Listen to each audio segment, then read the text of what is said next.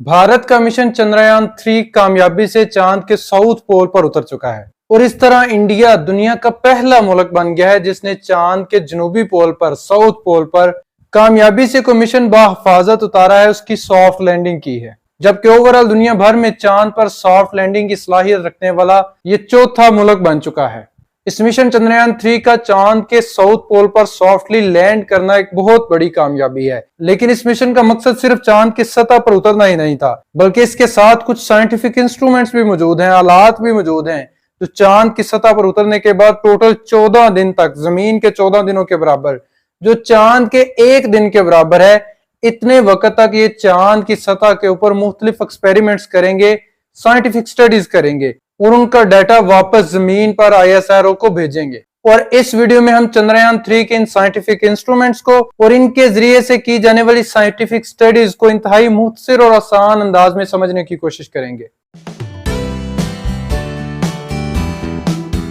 चंद्रयान-3 के lander module के चांद की सतह पर साउथ पोल पर कामयाबी से उतरने के बाद इसके अंदर मौजूद प्रज्ञान रोवर भी, एक छोटी 6 टायरों वाली हवाई गाड़ी भी इसके अंदर से बाहर निकलकर चांद की सतह पर उतर चुकी है और वो चांद की सतह पर घूम फिरकर, चल फिरकर मुख्तलिफ साइंटिफिक एक्सपेरिमेंट्स करेगी। जबकि चंद्रयान-3 का जो लैंडर मॉड्यूल है जिसने इस मिशन को चांद की सतह पर उतारा है, उस लैंडर मॉड्यूल के साथ भी टोटल 3 इंस्ट्रूमेंट मौजूद हैं, 3 किस्म के साइंसी आलात मौजूद हैं और ये इंस्ट्रूमेंट्स इस लैंडर मॉड्यूल की साइड पर, जिस जगह पर ये उतरा है, उस जगह पर अपना काम करेंगे। इन इंस्ट्रूमेंट को हम वन बाय वन देखते हैं। सबसे पहले इस लैंडर मॉड्यूल के ऊपर चंद्रा सरफेस थर्मोफिजिकल एक्सपेरिमेंट करने वाला आला चेस्ट मौजूद है। ये इंस्ट्रूमेंट समझे एक तरह का थर्मोमीटर है जिसने चांद की सतह की, चांद की मिट्टी की जो थर्मल प्रॉपर्टीज हैं उनको चेक करना है कि चांद की मिट्टी, जिसको रेगुलिथ कहा जाता है, उसके अंदर से कितनी मिकदार में टेम्परेचर जो है वो फ्लो करने के काबिल है।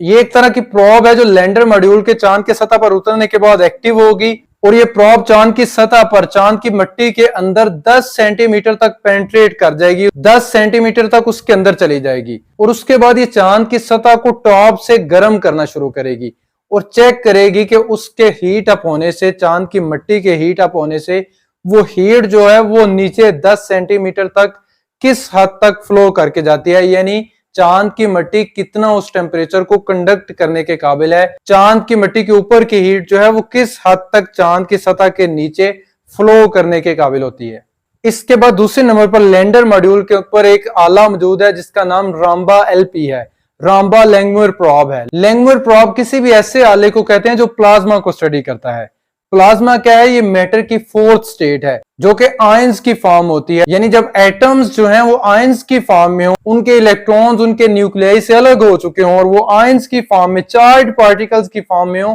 तो मैटर की उस हालत को हम प्लाज्मा कहते हैं। अब चांद की सतह पर प्लाज्मा कहां से आता है? सूरज की रेडिएशंस के अंदर बड़ी मिकदार में ये चार्ज पार्टिकल्स मौजूद होते हैं जो जमीन पर भी बरसते रहते हैं, लेकिन जमीन की फिजा की वजह से और जमीन के मैग्नेटिक फील्ड की वजह से ये चार्ज पार्टिकल्स जो हैं वो डिफ्लेक्ट होकर जमीन की सतह पर बहुत कम पहुंचते हैं, तकरीबन ना होने के बराबर पहुंचते हैं। लेकिन बेचारे चांद के पास ना तो एटमॉस्फेयर है और ना ही मैग्नेटिक फील्ड है, जिसकी वजह से ये सूरज से आने वाली जो रेडिएशंस हैं, चार्ज पार्टिकल्स हैं, वो चांद की सतह के साथ बड़ी मिकदार में टकराते हैं और चांद की सतह के साथ इन हाई एनर्जी पार्टिकल्स के टकराने के साथ मजीद नए चार्ज पार्टिकल्स भी प्रोड्यूस होते हैं। ये रामबा न्यूक्लियर प्रोब, जिसका पूरा नाम radio anatomy of moon bound hyper sensitive ionosphere and atmosphere है, ये इंस्ट्रूमेंट जो है वो लैंडर मॉड्यूल के चांद की सतह पर उतरने के बाद बिल्कुल एक एंटीना की तरह खुलकर चांद की सतह के थोड़ा सा ऊपर एक एंटीना की तरह इस प्लाज्मा को और चांद की सतह पर मौजूद इन आयंस को स्टडी करना शुरू कर देगा।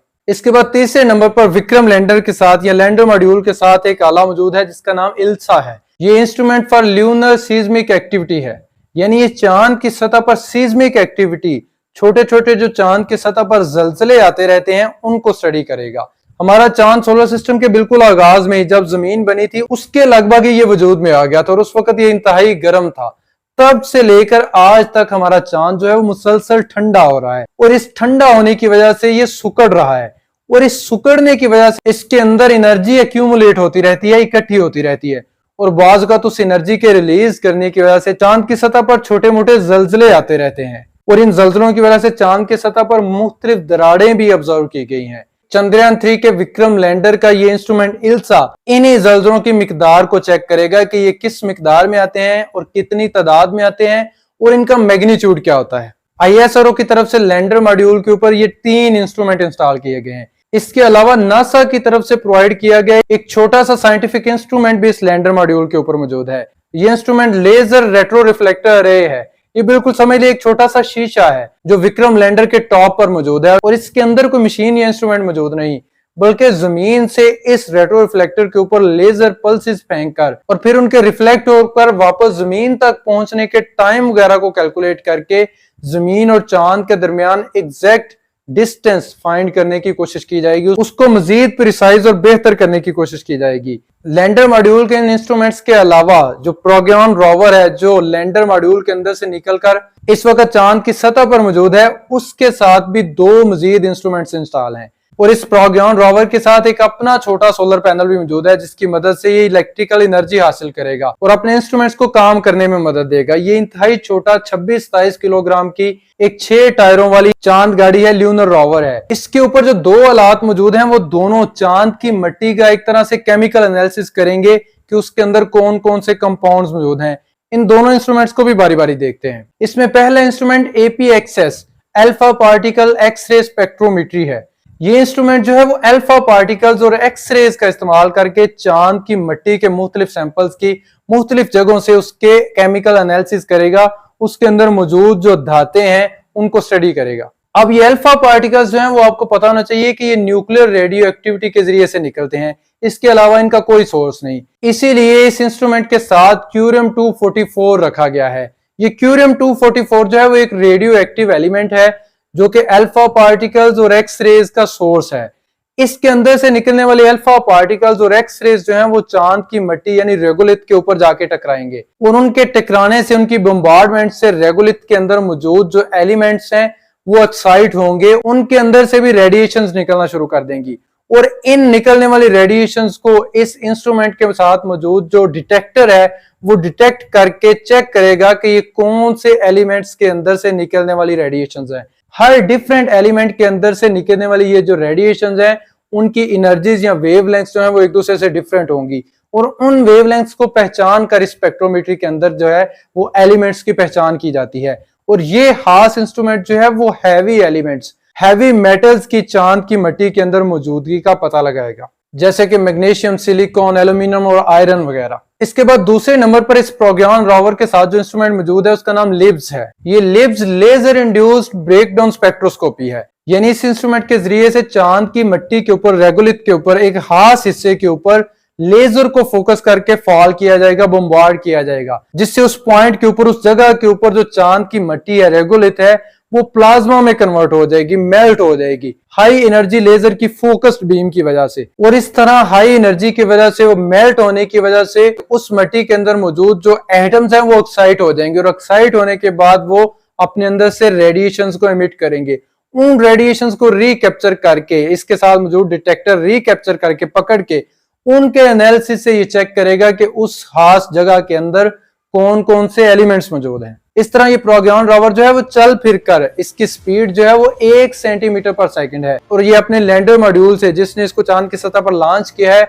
उससे 500 मीटर के फासले तक ज्यादा से ज्यादा दूर जा सकता है। इस फासले के अंदर मुख्तलिफ जगहों से मिट्टी के सैंपल्स का केमिकल एनालिसिस करेगा, उसके अंदर मौजूद हैवी एलिमेंट्स और लाइट एलिमेंट्स दोनों को स्टडी करेगा कि कौन कौन से एलिमेंट्स कितनी मिकदार में चांद की मिट्टी के अंदर मौजूद हैं। इन 5 मेन साइंटिफिक इंस्ट्रूमेंट्स के अलावा चंद्रयान 3 का एक और इंस्ट्रूमेंट जो है वो चांद के ऑर्बिट में मौजूद है। आपको जरूर पता होगा कि चंद्रयान 3 टोटल जो है वो 2 हिस्सों पर मुश्तमिल था। एक हिस्सा प्रोपल्जन मॉड्यूल था और दूसरा लैंडर मॉड्यूल था। प्रोपल्जन मॉड्यूल जो है वो चांद के ऑर्बिट में इस लैंडर मॉड्यूल से सेपरेट हो गया था, जिसके बाद लैंडर मॉड्यूल जो है वो चांद की सतह पर लैंड कर गया और प्रोपल्जन मॉड्यूल जो है वो चांद के ऑर्बिट में ही मौजूद है। इस प्रोपल्जन मॉड्यूल के अंदर एक इंस्ट्रूमेंट मौजूद है जिसका नाम शेप है। शेप यानी स्पेक्ट्रोप्लैरिमेट्री ऑफ हैबिटेबल प्लेनेट अर्थ, यानी ये इंस्ट्रूमेंट जो है वो चांद की तरफ फोकस्ड नहीं होगा, बल्कि ये चांद के ऑर्बिट से जमीन को स्टडी कर रहा होगा। इससे फायदा क्या होगा कि हम जमीन से बाहर हला से अपनी जमीन को स्टडी कर रहे हैं कि कोई भी ऐसा प्लेनेट, ऐसा सियारा जो हैबिटेबल हो, जिसके अंदर लाइफ एग्जिस्ट कर रही हो, वो बाहर हला से कैसा नजर आता है, उसकी फिजा कैसी नजर आती है, उसकी सरफेस कैसी नजर आती है। तो ये शेप इंस्ट्रूमेंट जो है वो नियर इंफ्रारेड रेंज में 1 माइक्रोमीटर से लेके 1.7 माइक्रोमीटर की वेवलेंथ की रेडिएशंस को जो है वो ऑब्जर्व करेगा, जमीन से निकल के जो बाहर हला की तरफ जा रही हैं, चांद के ऑर्बिट से उनको स्टडी करेगा। तो इस डेटा से हम बेहतर अंदाजा लगाने के काबिल हो जाएंगे कि हमारे सोलर सिस्टम से बाहर मौजूद जो एक्सोप्लैनेट्स हैं कि वो लाइफ को सपोर्ट करने के लिए कितने सूटेबल हैं। मुझे उम्मीद है आपको आज की वीडियो इंटरेस्टिंग लगी होगी। अगर आपके जहन में चंद्रयान 3 मिशन के साइंटिफिक मिशन के बारे में कोई भी क्वेश्चन हो तो कमेंट सेक्शन में जरूर शेयर कीजिएगा और याद से हमारे चैनल को सब्सक्राइब कर लें। अल्लाह हाफिज।